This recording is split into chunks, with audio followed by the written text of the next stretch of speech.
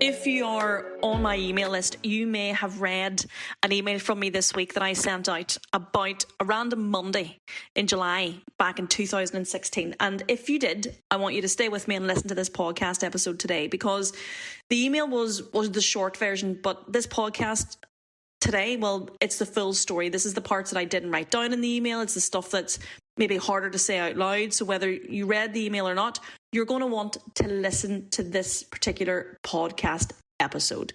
So let me take you back.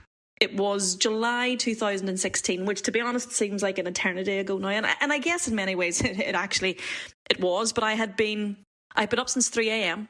I was catching a flight from Belfast to London, and you never sleep on nights like that. When you know that the alarm clock is going to go off at an ungodly hour, you never sleep. You're terrified of missing the alarm. At that time, I was also 4 months pregnant after years of IVF. So I hadn't really told anybody outside of the family. And if you've been through IVF or you know somebody who has, you'll know exactly why. This is the kind of secret that you keep to yourself until you're absolutely sure everything's going to be okay. You don't dare say a word out loud in case the universe hears you and decides to call it quits. So I'm exhausted, I'm queasy, kind of carrying a secret, and it happens to be the fucking hottest day of the year when I get to London. And when I do get to London, not only is it the hottest day of the year, there's a tube strike at London Victoria. Of course there is. Of course there is. So I'm standing on the platform, absolutely rammed to the gills with people. I mean, shoulder to shoulder, no air, no space. Everybody's pushing forward. Everybody's stressed out. Everybody's looking at their watches. Everybody's in a hurry to get somewhere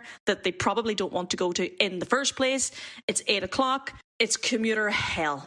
It is commuter hell. And I'm kind of standing there trying not to faint. And my God, I remember it like it was yesterday. Something just hit me up the face, not in a slow kind of fashion. It was wham bam, thank you ma'am, smacked in the face. And I came to the realisation, standing there on the platform at London Victoria in July, in ungodly heat, pregnant, this is what I am going back to when my maternity leave was over, when the baby eventually did arrive, that I was going to walk straight back into this chaos, into this hell, onto this same platform at London Victoria with these same people and feel the same feeling.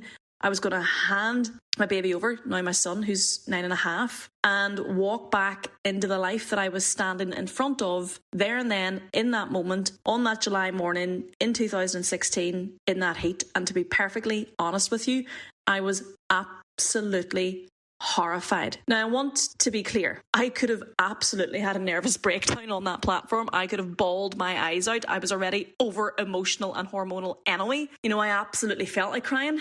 And I would have made a lot of men very uncomfortable standing in their suits. I would have made them feel extremely awkward, but I didn't. But here's what I did do. I got on the phone to my husband and I very frustratingly and very agitated said, I cannot do this after maternity leave. Now, there were a few more expletives thrown in there. I may actually have cried on the phone to him. I can't remember that part. But I was adamant. I cannot, when the baby arrives, I cannot come back and have this as my working life. And that moment for me was a complete and utter hard stop. Now, the part that I didn't put into the email, and I suppose some things are easier to write down than they are to say, but at that point, we had spent a significant amount of money on IVF, multiple rounds, years, private. And if you know anything about private IVF, you will know it costs an absolute fortune.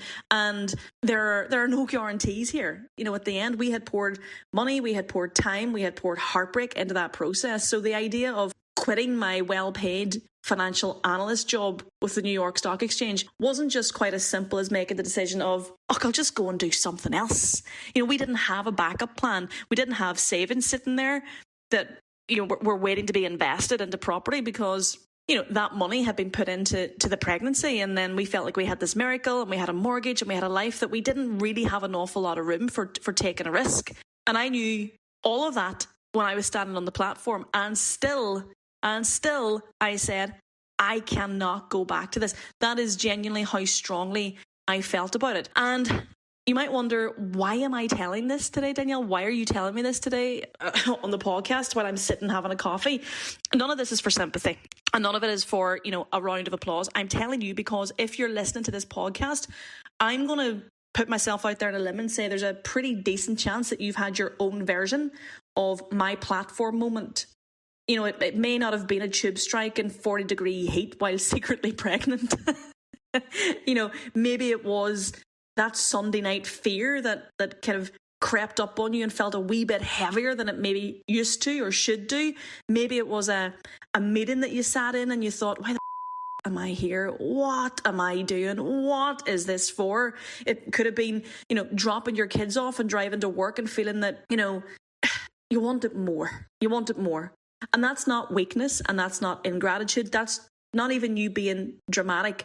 That in itself is information. That is your gut telling you that the life that you're living and the life that you want are not the same thing. And it's getting louder and louder and louder. And that's what it felt like for me, because I didn't just have on that day on the platform in London, Victoria, I didn't just have a mental breakdown. This had been creeping up on me for a long time, until the point where that was my big moment. And I bet that a lot of you listening to this podcast have had this quiet rumbling for a while, and you just haven't had your nervous breakdown with it yet. So the question is, what are you going to do with it? Here's what I did with mine. I went home from London.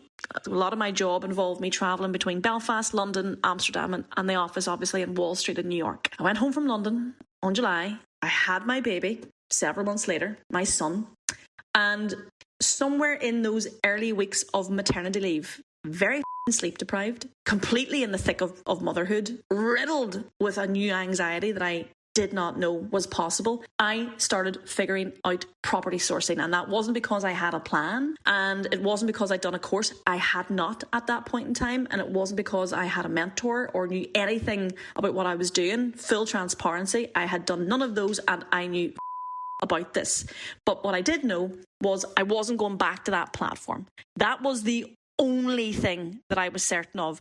And within 13 months of maternity leave, I had generated £123,000 in sourcing fees, starting from scratch. I didn't do a single pick of direct-to-vendor marketing. I didn't have a database. I did not have a network in property, but I did make a decision on a very sweaty tube platform that I was not going back. Now, I'm not telling you that to give you numbers to impress you, although honestly, it does still impress me when I say it out loud, because I genuinely came at this from ground zero. I'm telling you this because I want you to understand where it started. It didn't start with a strategy. It didn't start with money that I had or connections that I had, and I never had a rich uncle, and I didn't get an inheritance, and I didn't win money. I didn't have business plan. It started with breaking point. Sounds a bit dramatic, completely and utterly true.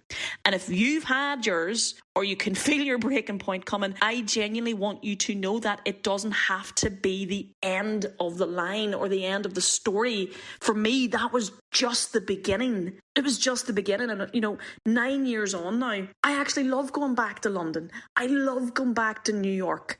I love doing all those things because I'm doing it without the fear of working. It was just the beginning. That breakdown, that me moment in July 2016 in severe heat, pregnant, that was the beginning of a completely new chapter for me. If what I've told you today hits home somewhere, if it resonates, if you heard something in this episode today that sounded a wee bit too familiar, let's talk. Come and find me on Instagram, come and find me on LinkedIn, Facebook, send me a direct message, tell me where you're at, just have a conversation, because my platform moment was genuinely the beginning of something that I never thought was possible. It completely changed my life. Wider than that, it completely changed my family's life.